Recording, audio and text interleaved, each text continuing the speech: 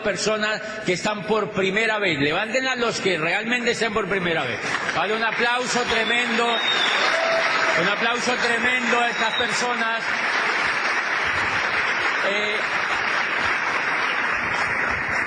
Bien, y eso nos va a servir, este seminario nos va a servir para todos, para los que ya llevamos un tiempo en el negocio y para los que vienen por primera vez, para que valoren la oportunidad que tienen en las manos.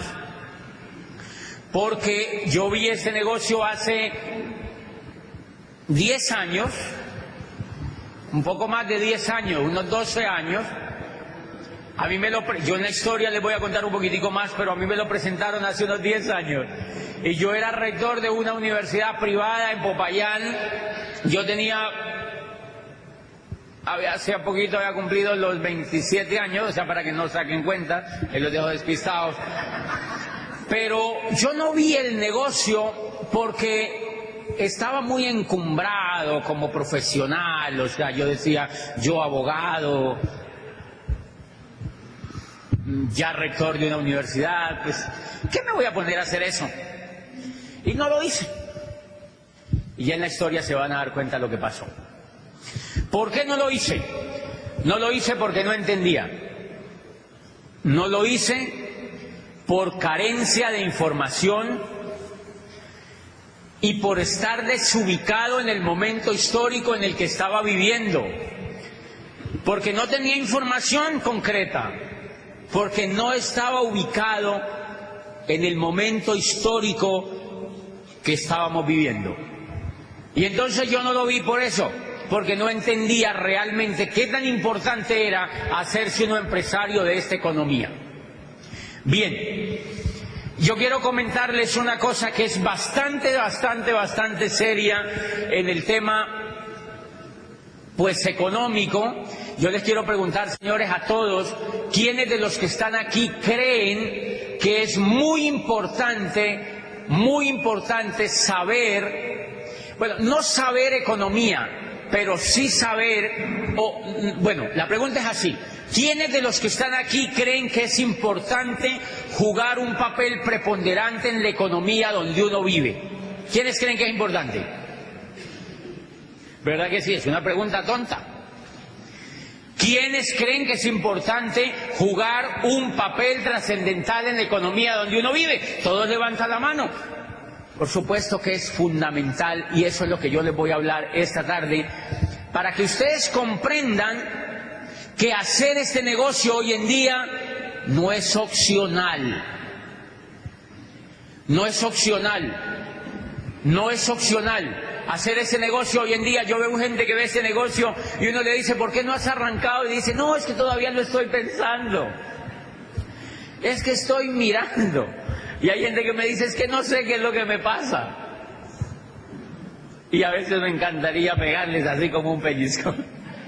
Porque yo digo, esta persona no entiende. Esta persona no entiende en el momento histórico en el que vivimos y no entienden realmente en qué papel juega en la economía. Entonces vamos a contarles un poquitico, les voy a contar un poquitico cómo ha sido, miren, la economía.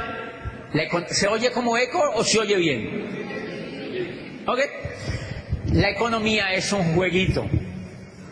La economía es un juego en el cual algunos se saben las reglas y otros no. ¿De acuerdo? Es un juego. En ese juego hay algunos que se saben las reglas y otros no. Resulta que ese jueguito se transforma a medida que la humanidad se transforma. Entonces las reglas de ese jueguito van cambiando y hay personas que pierden el olfato de cómo han cambiado las reglas y entonces no pueden jugar bien el jueguito. Yo les pongo un ejemplo. Todos los juegos, si ustedes ven, todos los juegos que uno emprende tienen reglas, ¿verdad? Todos los juegos tienen reglas. Okay. Todos los juegos tienen reglas. ¿Quién es el que juega bien el juego? El que la sabe. Ustedes han notado que cuando uno estudia en la educación tradicional, que uno estudia, por ejemplo, cálculo multivariado. Si yo soy profesor de cálculo multivariado y ustedes son alumnos aquí, yo les pongo un ejemplo de cálculo multivariado, un ejercicio. ¿Quién lo responde primero? El que se sepa la regla, la fórmula, ¿ok? El que sepa la fórmula. Mira, tú puedes tener un cerebro brillante, pero si no te sabes la fórmula, ¿qué pasas? Tú dices, yo no sé qué es lo que me pasa.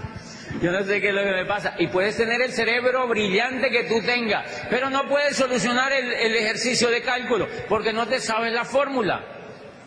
Señores, lo mismo es la economía. La economía, a medida que se desarrolla la humanidad, las fórmulas van cambiando. Y entonces el jueguito se va tornando más interesante, porque hay gente que se despista de la fórmula. Y entonces esa gente que se despista de la fórmula se queda pobre. Y la gente que aprende la fórmula juega el juego bien. Eso es todo lo que pasa. Entonces en este negocio lo lindo es que tú entras a un instituto de negocios, a toda una universidad que hay a nivel mundial, donde todo el tiempo te están enseñando dónde está la fórmula y cómo se juega un jueguito en la economía bastante interesante para jugar un papel importante en la economía. Vamos a ponerles ejemplos de qué ocurre con eso. Miren, ¿se acuerdan que en los pueblos por aquí, por ejemplo por el Quindío, se debe dar muchísimo? En los pueblos, cuando hay ferias, va una persona en la feria de los pueblos, hay una persona que va al juego en el pueblo con una mesita a la plaza del pueblo, y ¿se acuerdan que él lleva unas tapitas con una bolita? Y el juego se llama ¿Dónde está la bolita? Entonces él pone la tapita y pone la bolita, son dos tapitas. Y hay una gente allí que se agolpa, si vamos a mirar. Normalmente la gente, hay unos payasos que van con él, son amigos de él, se le llaman payasos, son unos compinches de él, yo no tenía ni idea, eso funciona así. Entonces los tipos van y el tipo dice, uno ve dónde está la bolita, le pone la tapita encima y le empieza a correr encima de la telita y dice, ¿dónde está la bolita? ¿Dónde está la bolita? ¿Dónde está la bolita? Y uno ve dónde está la bolita. Y dice, vamos a empezar con 50.000 pesos. Entonces un tipo levanta la mano y dice, aquí, 50.000 pesos. Dice, oiga, póngalo. Pone los 50.000 y levanta. Y ahí está la bolita. Y ¡fum! Y la gente, ¡wow! ¡Bravo! Si se ganó 50.000 en un momentito. Y entonces dice el tipo, entonces el ganadero, hay un mundo de gente ahí, sale el ganadero y dice, ¡wow! Eso está buenísimo. 200.000. Y ponen la bolita ahí, y le ponen la tapita y dicen, ¿dónde está la bolita? ¿Dónde está la bolita? ¿Dónde está la bolita? ¿Dónde está la bolita? ¿Dónde está la bolita? Y el tipo, aquí. Y la levantan. Y ahí no está la bolita. 200.000 pesitos. El ganadero se pone muy bravo y se va, lo insulta, y salen y se van, y los tipos cogen la mesita y se van para Chinchiná. Se van a tumbar otro que... ¿Qué fue lo que pasó? El ganadero perdió el olfato de dónde estaba la bolita. Entonces, ¿qué es lo que hacemos en este negocio? Lo que hacemos en este negocio es volvernos profesionales para saber dónde va la bolita. Y eso es lo que está ocurriendo en la economía. Entonces voy a arrancar ahora a explicarles por qué ese negocio hay que hacerlo hoy en día y no es opcional para las personas hacer un negocio de este tipo. Entonces vamos para que me entiendan el tema de la bolita, cómo ha jugado a través de la historia. Miren, yo les quiero contar una cosa que ustedes ya saben, pero la vamos a recordar.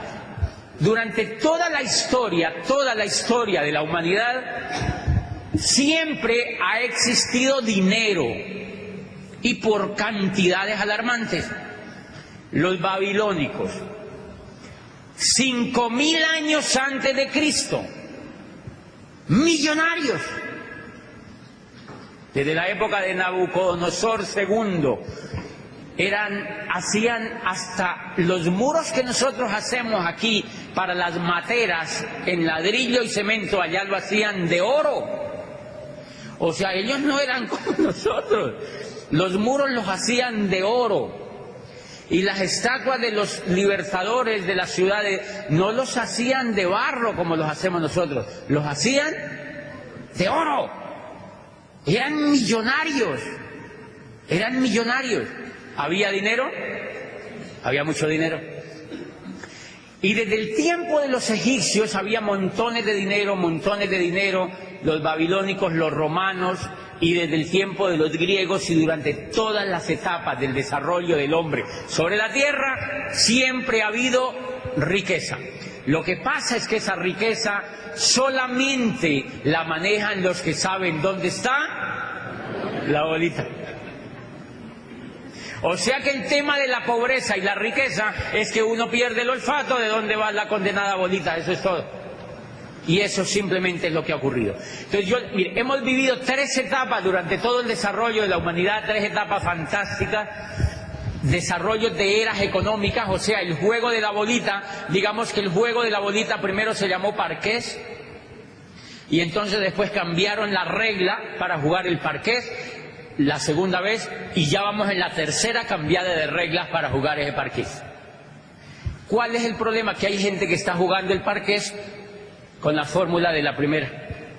Y dice, ¿qué será lo que me pasa?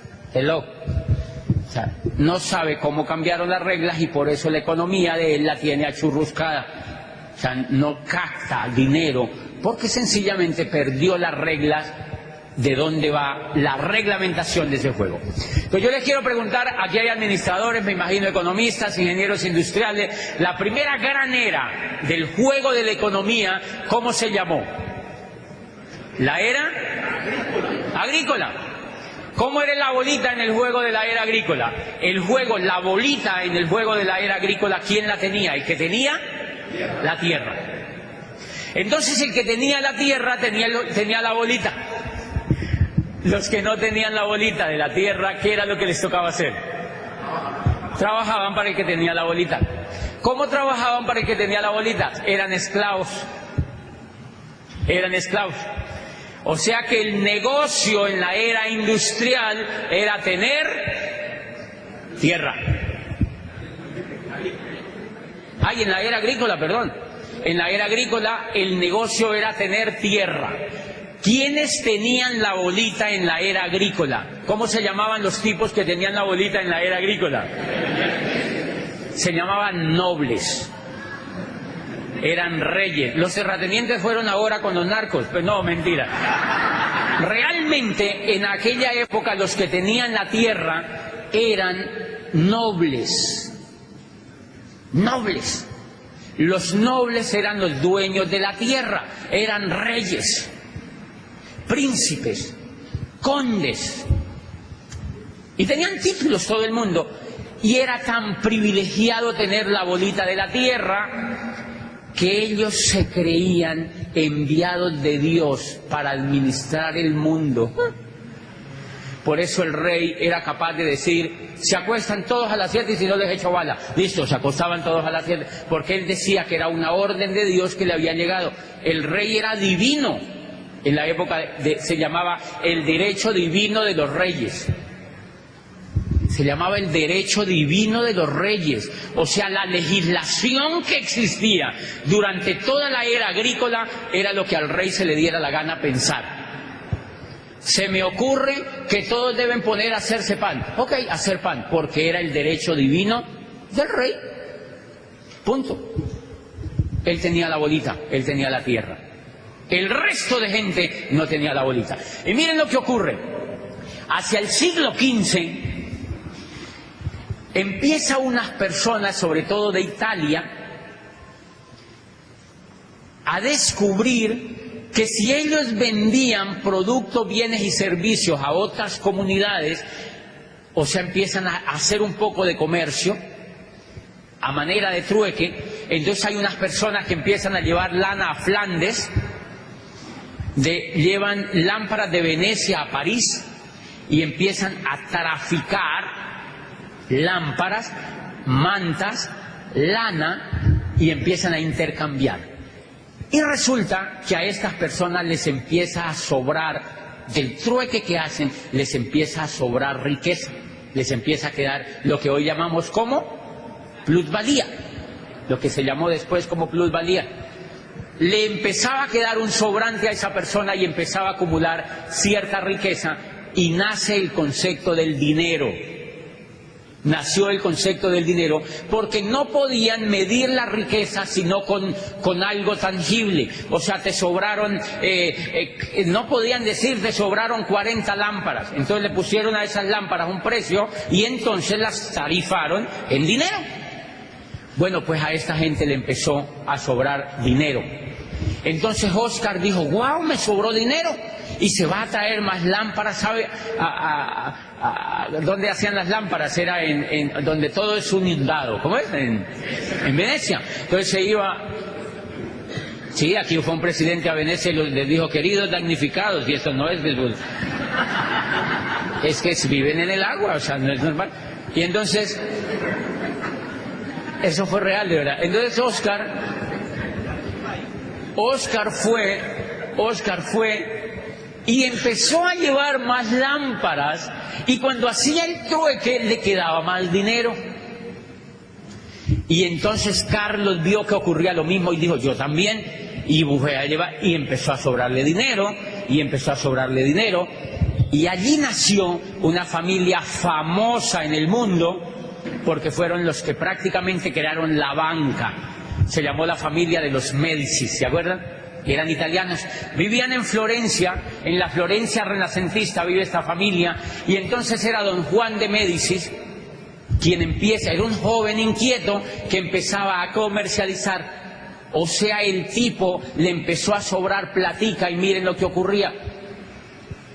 Por aquella época, el valor como era la tierra, el tipo empezó a conocerse el tema del dinero, y con ese tema del dinero se empezaron a comprar otras cosas. Entonces la tierra empezó poquito a poquito a perder valor, porque otros empezaron a entrar en el juego de hacer artesanía, en el juego de vender ya otras cosas, de vender zapatos, de vender mantas, de vender abrigos, de vender pelucas, etcétera, etcétera, etcétera. Y entonces le empezó a sobrar dinero a la gente. Y se le dañó la cabeza. Y entonces este señor Juan de Médicis, que era el que más le sobraba dinero, se montó en Brujas, lo que se llamó el nacimiento de la banca, porque él empieza a montar allá sedes de la distribución de los bienes y servicios que él traía de otros países para Italia, por ejemplo, y entonces a él le empieza a sobrar más dinero. Y el noble que tenía la tierra, tiene la tierra, pero no tiene dinero. Entonces le dice Juan de Médicis, Su Majestad, yo le presto. No se preocupe, yo le presto.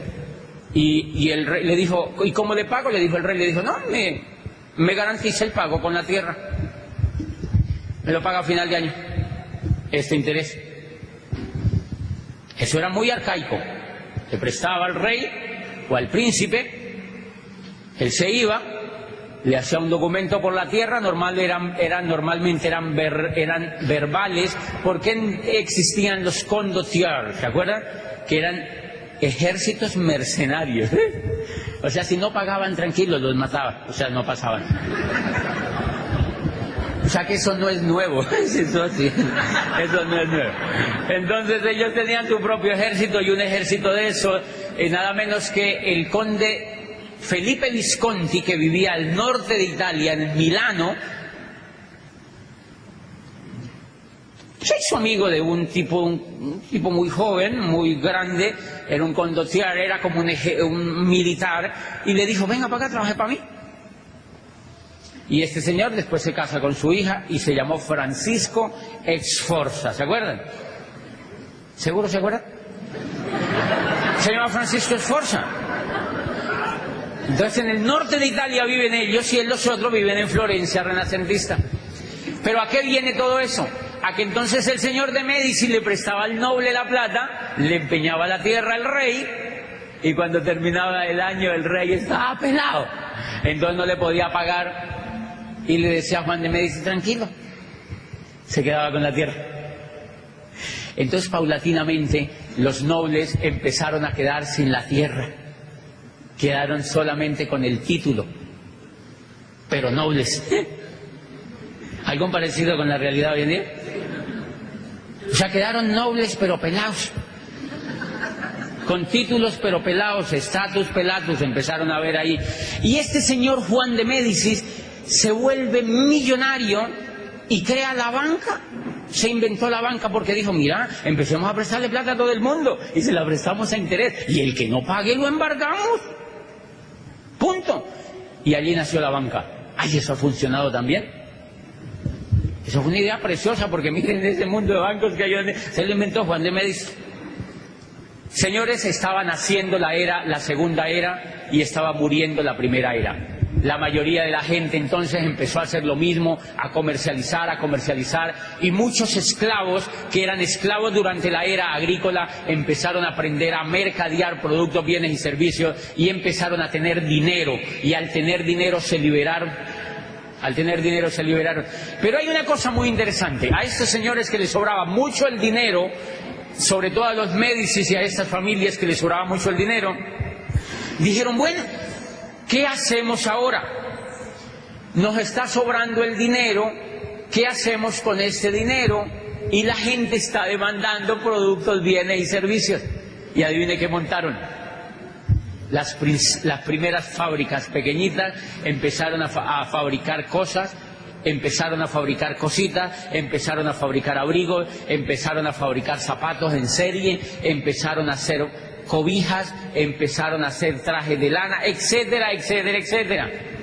Señores, y la gente se empezó a dedicar a montar pequeños negocios propios en sus casas, en las esquinas, y los que tenían dinero montaron fábricas. Pero había un problema complicado. La gente le empezó a gustar esto, y la era agrícola empezó a no ser competitiva, y entonces la gente empezó a montar empresas, sobre todo fábricas, y allí que estaban haciendo la segunda era. ¿Cómo se llamó? La era industrial. Y miren el origen de esa era. El origen de esa era cambió todo el juego de la bolita. Ahora ya la bolita no la tenían los que tenían la tierra, sino que la tenían los que tenían el dinero. Por eso se llamó la era capitalista, señores, porque el soporte de la era industrial fue el capital. Y entonces con ese capital, ¿qué montaron? Fábricas, montaron empresas. ¿Ok? Sigue el juego de la bolita. Los que no tenían dinero, ¿qué les tocó hacer? Trabajar para los que tenían dinero. Y bueno, ahí cambió el juego de la bolita para el resto. Había un problema tremendo porque cuando...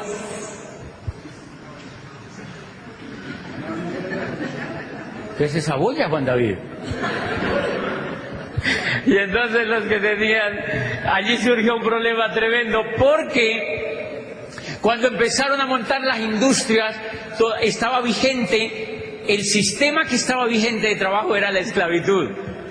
Entonces ser esclavo en la era agrícola, claro, los que no tenían la bolita de la tierra tenían que ser esclavos. Ser esclavo era buenísimo para los que no tenían la bolita. ¿Por qué?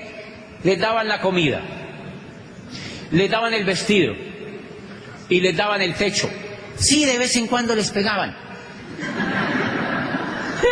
Pero tenían todo, ¿verdad? Les daban la comida, les daban el techo y les daban el vestido.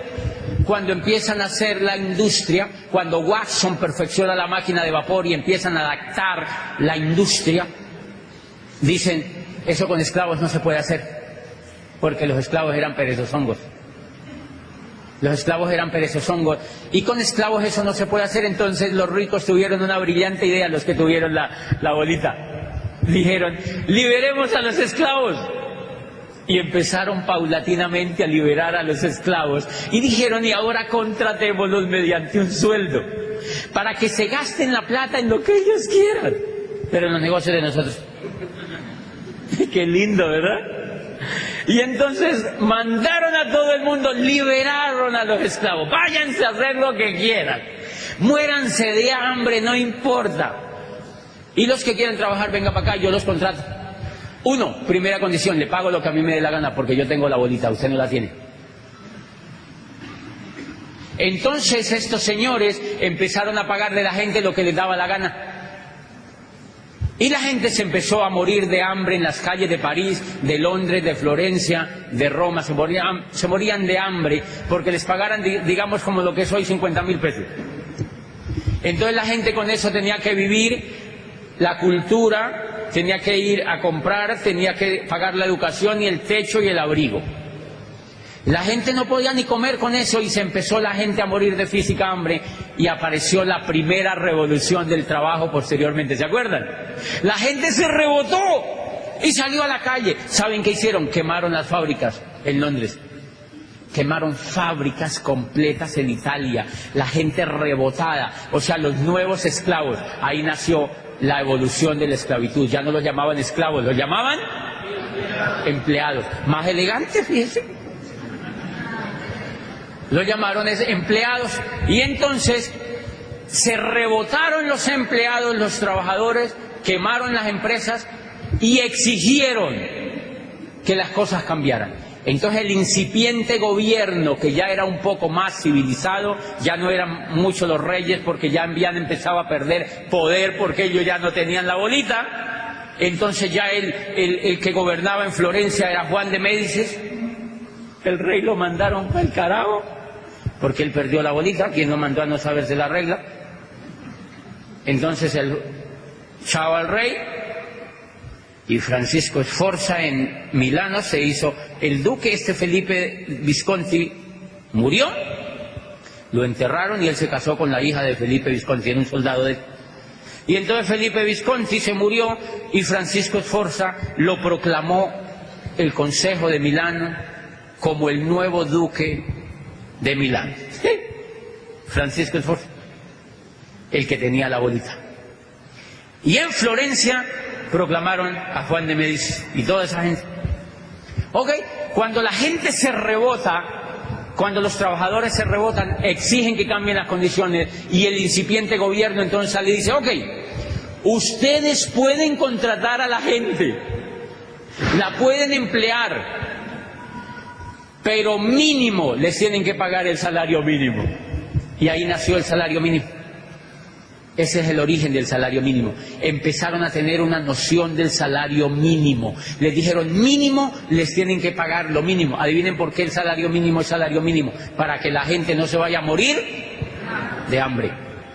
Es como para que estén ahí respirando así, como para que al menos medio alcancen a ir a trabajar y se acuesten y vuelven y se paran y vuelven y lleguen y vuelven y se paren y vuelven y lleguen, como para que no les falte el oxígeno al menos papa y yuca comen, arroz, no importa, para que alcancen medio a respirar.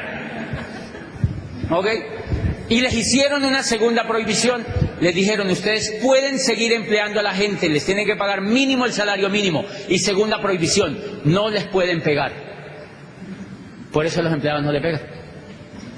Por eso es que a un empleado no le pegan.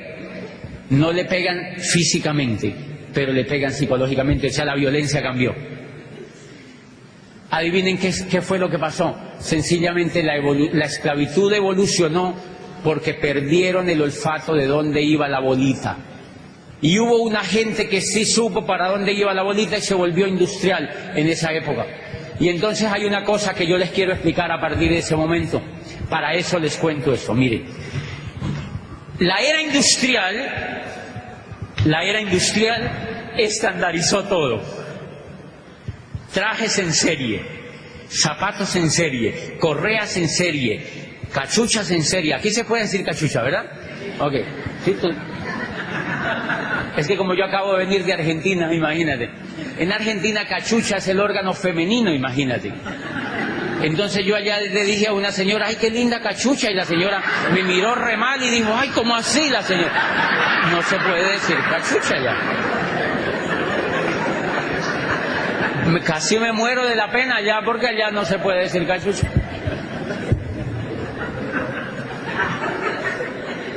Y entonces, miren, empezaron a hacer todo en serie, camisetas en serie, sacos en serie, cachuchas en serie, corbatas en serie, zapatos en serie, carros en serie, todo en serie. ¿Qué es serie? Proceso.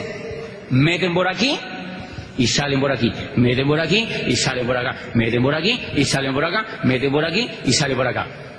Señores, la educación ha existido durante toda la vida, durante toda la existencia de la humanidad, y una de las cosas que estandarizó la era industrial, adivine que también fue la educación. Entonces, como en la era industrial todo lo patentaron y lo estandarizaron y lo empaquetaron, la educación también la empaquetaron. Entonces la educación la montaron como empresa y la empaquetaron. Entonces dijeron, ok, un niño tiene que nacer, estar con sus padres un tiempito y después nos lo tienen que mandar al antejardín. Lo metemos por aquí, lo sacamos por aquí. Lo metemos por aquí, lo sacamos por aquí. Ok, y después dijo, ok, yo monto el jardín. Y me lo mandan a mí. Y entonces lo metemos por aquí y lo sacamos por aquí. Y después dijo, y después sigue la escuela. Son 5 años. Tiene que ir 5 años allá y yo le enseño lo que yo quiero, no lo que él quiere. Lo metemos por aquí y lo sacamos por aquí. Y después sigue. Entonces empaquetaron cómo ser profesional. Durante todas las épocas de la humanidad ha habido médicos. Hipócrates era médico, señores, pero él no fue a la facultad de medicina y es el padre de la medicina. Allá no habían universidades, por fortuna, pero él es el padre de la medicina. En la era industrial dijeron, empaquetemos la medicina y la vendemos como producto. Los metemos por aquí, les hacemos ir 10 semestres por aquí, por aquí, por aquí, por aquí, por aquí, y los sacamos por aquí.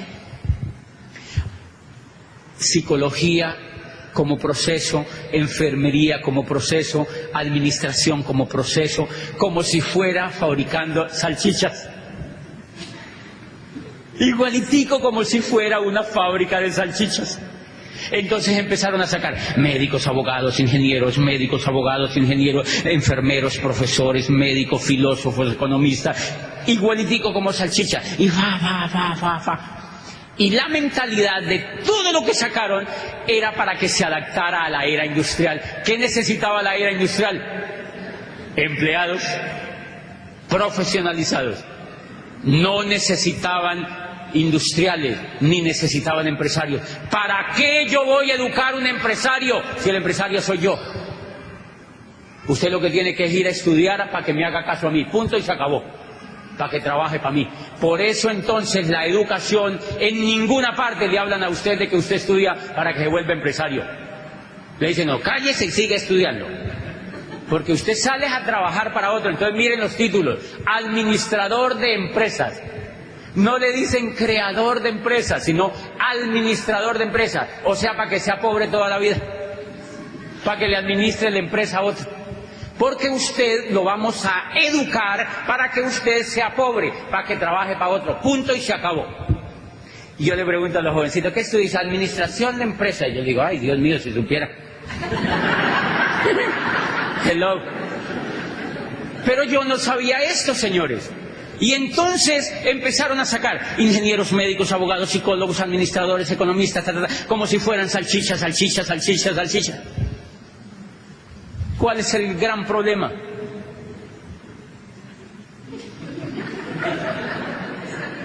Eso parece una procesión cada rato, ¿verdad? Y todo el mundo mirando el muñeco a ver para dónde se lo lleva. Ok, tranquilo, Carlos Mario, no se ponga nervioso, siéntese otra vez. Ah, no, es Mauricio. Miren, interesante lo que pasó. ¿Qué ocurrió? Claro, la era industrial le dice a la gente, si usted quiere ser competitivo y no tiene la bolita, vuelva a ser profesional. Señores, porque la gente entendió que para ganar la bolita tenía que hacer algo. ¿Y qué hicimos? La era industrial nos dijo, vuelva a ser profesional. Vuelva a ser profesional. Y han visto que uno como profesional muerde un pedazo de la bolita, pero no muerde la bola completa, ¿sí me entienden? Porque uno lo que hace es pegarle mordisquitos a la bolita, ¿sí me entienden? Uno todo el tiempo es pegándole mordisquitos a la bolita, porque uno no tiene coco para ser empresario. Porque a uno no lo han educado para ser empresario, sino que lo educaron es para que trabaje para otro. ¿Están de acuerdo conmigo o no? Por eso en las universidades no enseñan a ser empresario, no enseñan a ser empresario, no enseñan a ser empresario. ¿Por qué? Porque para eso no se inventaron la universidad. La universidad es una creación de la era industrial, es un perfeccionamiento de la era industrial para formar empleados. Por eso dice Kiyosaki, el peor consejo que usted le puede dar a un muchacho hoy en día es que vaya a la universidad para que saque un cartón. ¿Por qué Entonces, ¿qué fue lo que pasó, muchachos? Que la gente empezó a profesionalizarse, salchicha, salchicha, salchicha, salchicha, salchicha, salchicha, salchicha, salchicha, y la era industrial empezó a acabarse. Se acabó la era industrial y las universidades siguieron salchicha, salchicha, salchicha, salchicha. Y las salchichas ya nadie se las quiere comer. Las salchichas ya nadie se las quiere comer y siguen las universidades. Salchicha, salchicha, salchicha, salchicha, salchicha, salchicha, salchicha, salchicha. Las universidades, nadie se quiere comer ya la salchicha y eso se llama crisis. ¿Quién le dijo a usted que se hiciera salchicha? ¿Quién le dijo a uno que se hiciera salchicha? Carencia de información. Carencia de información, la bolita cambió y uno siguió haciéndose salchicha. Señores, ahora ustedes dirán, ay, él tan resentido. Pues miren, yo les cuento lo siguiente. Yo me hice abogado, salchicha, y como a mí no me iba bien en la vida, yo veía todas esas salchichas varadas y una que otra salchicha por ahí medio bien, pero con deudas, deudas, deudas, y una casa prestada, y un carro fiado, y un divorcio en camino, y todo el mundo agarrado, y con deudas y quebrados, y la gente ya viejita, la salchicha en las mismas. Y yo decía, hombre, a mí no me gusta ese estilo de vida. Yo no sabía, no había leído a Alvin Toffler, señores. Yo no había leído a un hombre que se llama Alvin Toffler, que se llama La Tercera Ola, y allí te explica ese problema. Yo no había leído eso, porque las salchichas en la salchichería no leían esa vaina. Y entonces miren lo interesante, yo me hice salchicha y me gradúo y me ponen pues el condoncito ese que le ponen a la salchicha, que es el grado, y me mandan para allá, vaya a ver cómo le va.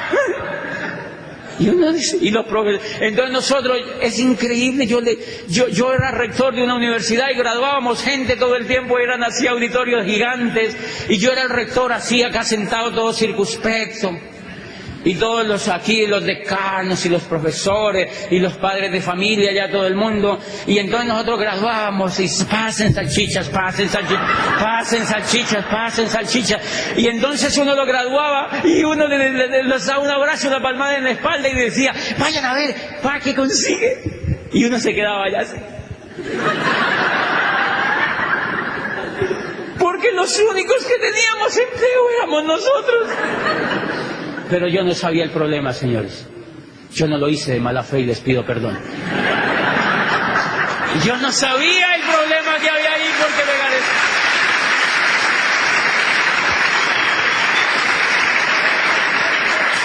me faltaba información. La información es impresionante. No cualquier tipo de información. No es cualquier tipo de información la que hace falta. Y entonces yo sí veo a esos muchachos en la calle. No hay nada, dicen. No hay nada. Señores, los muchachos están regalando por 700,000 pesos. Estas empresas, y no es culpa de las empresas, es culpa de nosotros, los mismos papás y la misma cultura, por ignorantes, porque no nos hemos puesto en la tarea de averiguar y de hacer todo lo que hace Vicente. ¿Para dónde va la gente? ¿Para dónde va Vicente? ¿Para dónde va la gente? Y entonces, mi amor, ¿qué vas a hacer ahora? Vuélvete profesional. Y el muchachito dice, profesional, yo también. Porque él como que intuye, dice, salchicha, yo también. Señores, ¿saben por qué los niñitos no quieren estudiar? Porque no les gusta el estilo de vida que llevan sus papás. Los niños no quieren ir a la escuela. Me impresionó ahora en Nueva York, yo estuve ahorita en Nueva York, en una gira que me tocó hacer con este negocio.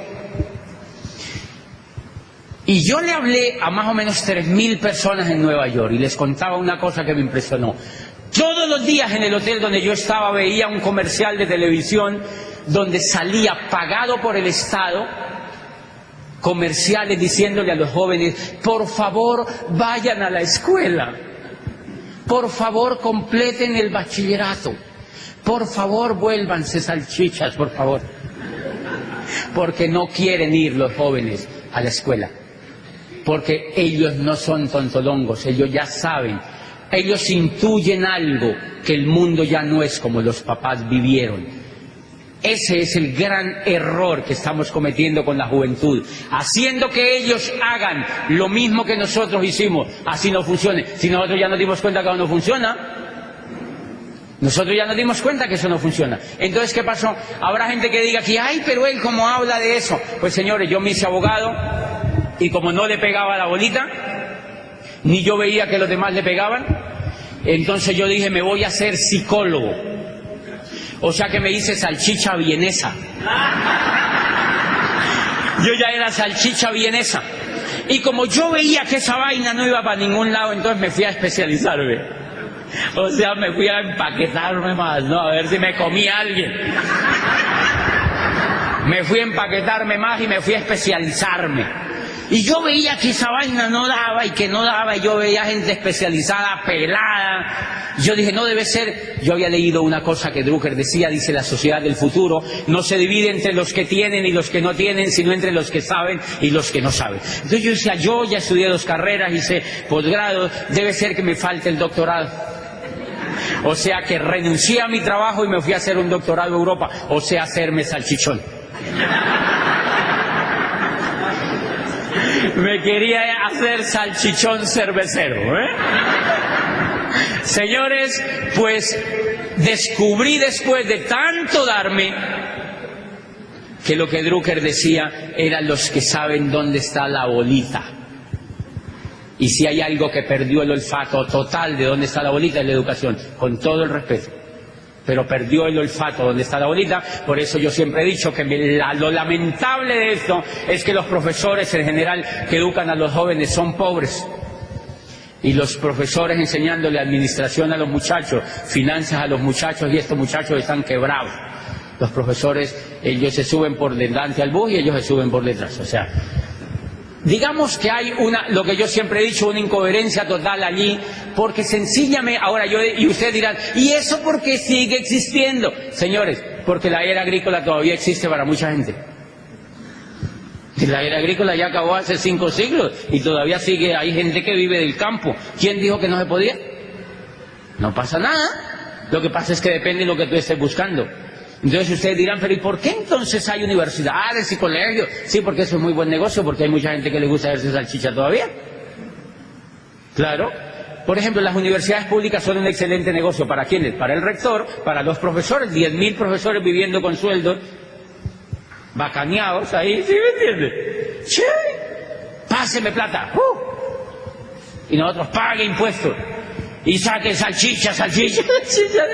¿Qué importa que no me las quieran comer? Eso no importa. Más salchicha, venga para acá, más materia prima. Han visto que las universidades están poniendo ya. ¿Cuándo ustedes habían visto las universidades poniendo publicidad?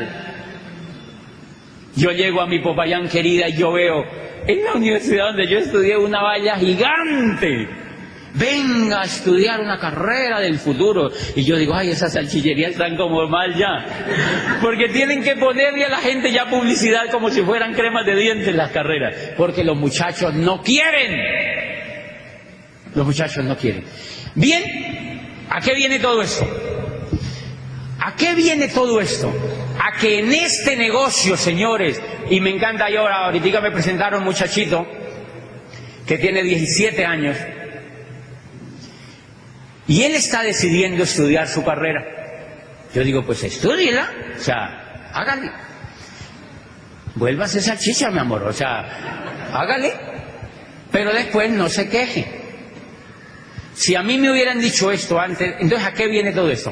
Que tú cuando entras a este negocio, miren la percepción equivocada de la mayoría de la gente allá afuera. La gente allá afuera, en su mayoría, cree que usted entra a este negocio a vender productos. ¿Sí me entiende? Señores, lo principal que usted entra a este negocio es hacer una carrera profesional para hacerse empresario de la nueva economía. Y eso está por encima de cualquier carrera, señores. Ese es el privilegio al ingresar a un negocio como esto, y por eso yo descubrí este negocio. Miren el libro que yo tengo en la mano. Los nuevos profesionales. Se llama El surgimiento del network marketing como la próxima profesión de relevancia. O sea que ese muchachito que me preguntó hoy si él le gusta este negocio, él podría darse el lujo de no hacer ninguna carrera y estudiar esto como una carrera profesional, porque aquí no le van a dar título. O bueno, sí le dan título. Yo tengo un título, yo soy Diamante Foundation. Qué bonito, ¿verdad? O sea, yo tengo un título. Señores, y Rodrigo y Gloria Correa tienen un título que se llama también Diamante Fundador. Y ellos hablan por el mundo. Y ellos no fueron a la universidad. Pero miren lo interesante. Estos señores tienen el estilo de vida que cualquier salchicha le encantaría tener. Yo vivo con ellos viajando. En Las Vegas nosotros dijimos, ay no, la gente, ¿por qué será que no hace esto? En Las Vegas nosotros felices allá. Y ahorita que yo estuve en Nueva York, a mí me impresionó porque yo estaba hablándole a 3.000 personas en pleno Manhattan, enseñándoles un colombiano cómo hacerse empresario de esta nueva economía. Y yo decía, qué privilegio, Dios mío, qué privilegio. Y como rector de esa universidad en Popayán, a mí no me invitaban ni al Bordo Cauca, mi amor. Me invitaban era a Santander de Quilichao, Titiribí, o sea, ¿sí me entienden? Y ahora, como diamante de este negocio, hablando en pleno Manhattan sobre la nueva economía. Esto es lo que dice este señor en este libro, Los nuevos profesionales, el surgimiento del network marketing como la próxima profesión de relevancia. ¿Saben quién es este señor? Un salchichón cervecero famosísimo. Es egresado de la mejor salchichería del mundo, de Harvard University. Es egresado de Harvard, que es la mayor salchichería, la salchichería más prestigiosa del mundo. Y este señor dice que el network marketing surgirá como el método de distribución más poderoso y el modelo de empresa más atractivo en la nueva economía. Y dice que las universidades en el futuro van a enseñar network marketing como carreras profesionales. ¿Saben cuándo va a ser eso? Por ahí en el 2150 más o menos.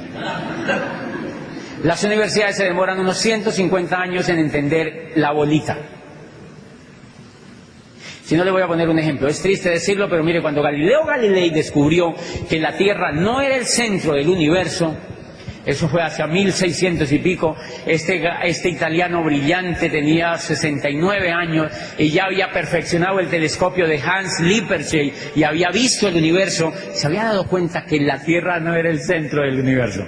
Pero este señor puso en aprietos a todo el mundo porque era gravísimo. O sea, muchachos, era gravísimo, gravísimo, gravísimo. Ustedes no se imaginan lo grave que era eso. No se imaginan lo grave que era eso. Me hacen una ceñita, Juan David. No se imaginan lo grave que era eso, muchachos. Galileo Galilei, hasta Galileo Galilei habían dicho que la Tierra era el centro del universo. ¿Saben cuánto llevaban diciendo eso? Cerca de 2000 años. Y Galileo Galilei perfeccionó el telescopio de Hans Lippershey y dijo, la Tierra es un puntico. Préstame un marcadorcito, por favor. Sí, ahí, si no, tranquilo. La Tierra es un puntico, así, un infeliz puntico en el universo. Y todo esto se llama la Vía Láctea, y es una solita, y hay millones de vías lácteas. Y esta tierrita tiene un solcito. Y en ese solcito hay planetitas al lado. Y Júpiter es 300 veces más grande que ese pinche planetita. Y todos están en este rinconcito. Y todo esto es lleno de vía, solamente esto es la Vía Láctea. Y acá hay millones de vías lácteas y cada estrella tiene un grupo de planetas. Y se armó un problema terrible, porque entonces Rostam dijo, o sea que el día que la Tierra se haya desaparecido del todo del universo y la última bacteria no exista, el universo ni siquiera se habrá percatado de ello. Y la filosofía dijo, hello, entonces ¿qué es lo que hemos estado pensando? Y aparece otro y dice, oye, ven acá. ¿Se acuerda que habían dicho que Dios tenía un hijo único? Y adivine dónde lo mandó. A la tierra. Entonces dice otro filósofo, oye, pero Dios estaba despistado. ¿Cómo manda el hijo a semejante infierno tan chiquitico? ¿Cómo lo manda a lo más infeliz del universo? Y entonces la iglesia dijo, vamos a quemar a Galileo para que no siga hablando esas pendejadas porque nos daña el negocio, ¿sí me entiendes? O sea, vamos a quemar a Galileo, y entonces cogieron a Galileo y le dijeron, ven para acá, Galileo, ¿qué es esa vaina de estar perfeccionando esa cosa para ver para arriba? Venga para acá.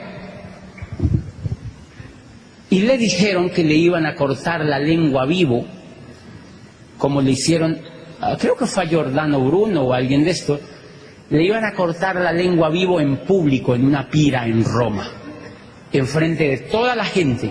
Y Galileo tenía 69 años, y entonces dijo, no, hagamos, le dijeron, este tribunal le dijo, hay solamente una condición, o usted se retracta, o yo le corto la lengua y lo quemo vivo. Y entonces dijo Galileo, no, hagámonos pasitos, yo mejor me retracto. Y Galileo se retractó, dijo, no, es mentira. Eso no es cierto, sigan tranquilos, eso no es cierto. Entonces Galileo le dijeron, ok, le levantamos los cargos. Dios lo bendiga, le levantaron los cargos y Galileo se salió del tribunal de la Inquisición y dijo, pero que se mueve, se mueve. Esa es la sentencia preciosa de la ciencia. Pero que sigan con su rollo, pero que se mueve, se mueve. Después Newton, que tuvo tiempo para pensar, perfeccionó la teoría de la gravedad y eso ya no tuvo remedio, todo el mundo se dio cuenta. Y entonces, señores, a partir de ahí empezó el mundo a cambiar. Y miren, para que vean el tema de la educación tan horrible que nos pasa. Las universidades se tardaron 150 años en aceptar que la Tierra no era el centro del universo. Ellas seguían enseñando lo que había enseñado Ptolomeo.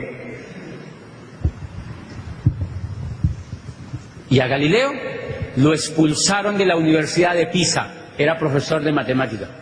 Lo expulsaron de la Universidad de Pisa porque, ¿cómo se le ocurre a este tipo hacer semejante bestial? Y entonces lo sacaron de la Universidad de Pisa porque él había hecho otra embarradita, y era que había demostrado que los cuerpos caían de diferente manera. Bueno, había demostrado una teoría sobre la caída de los cuerpos, y Aristóteles había dicho otra cosa.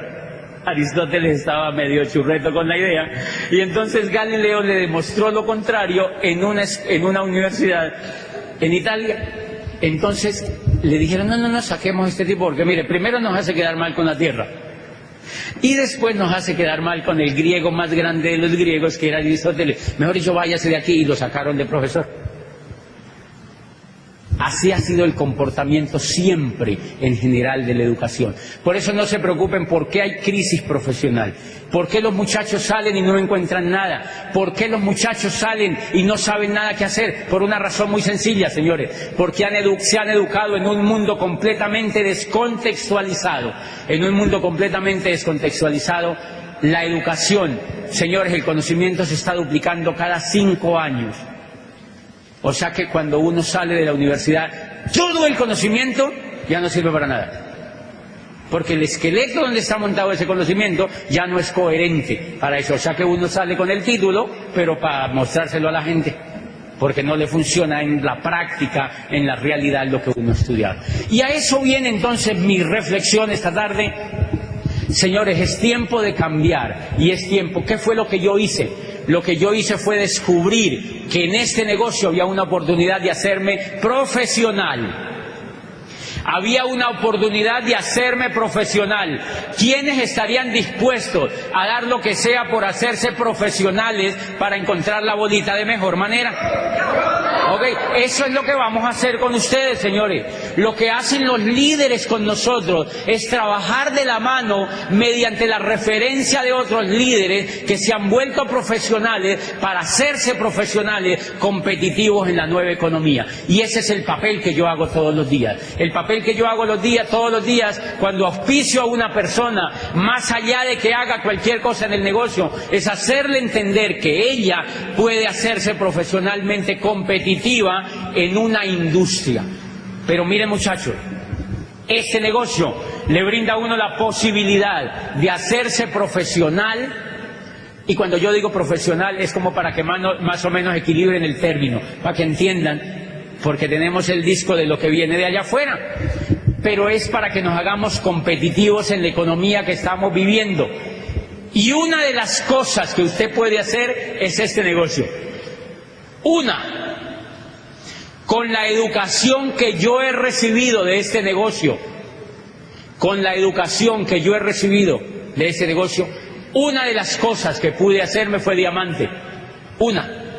Pero todo el bagaje educativo me pone competitivo ante el mundo que vivo hoy en día. Esa es la riqueza que nosotros tenemos en las manos. O sea, la persona que se eduque en este negocio es competitiva para que haga este negocio y solucione el problema de la bolita, pero además para que sea competitiva en lo que hace, porque va a ser un líder, porque lo van a formar como un líder, porque lo van a formar como un empresario, y cuando uno habla de formarlo como un empresario, uno se está refiriendo a que a esa persona le van a generar una inteligencia superior para que sea competitiva. La buena noticia que tenemos es que esto cada vez se pone mejor. Esta compañía que nosotros estamos trabajando es la grande del mundo, la número 1 del mundo.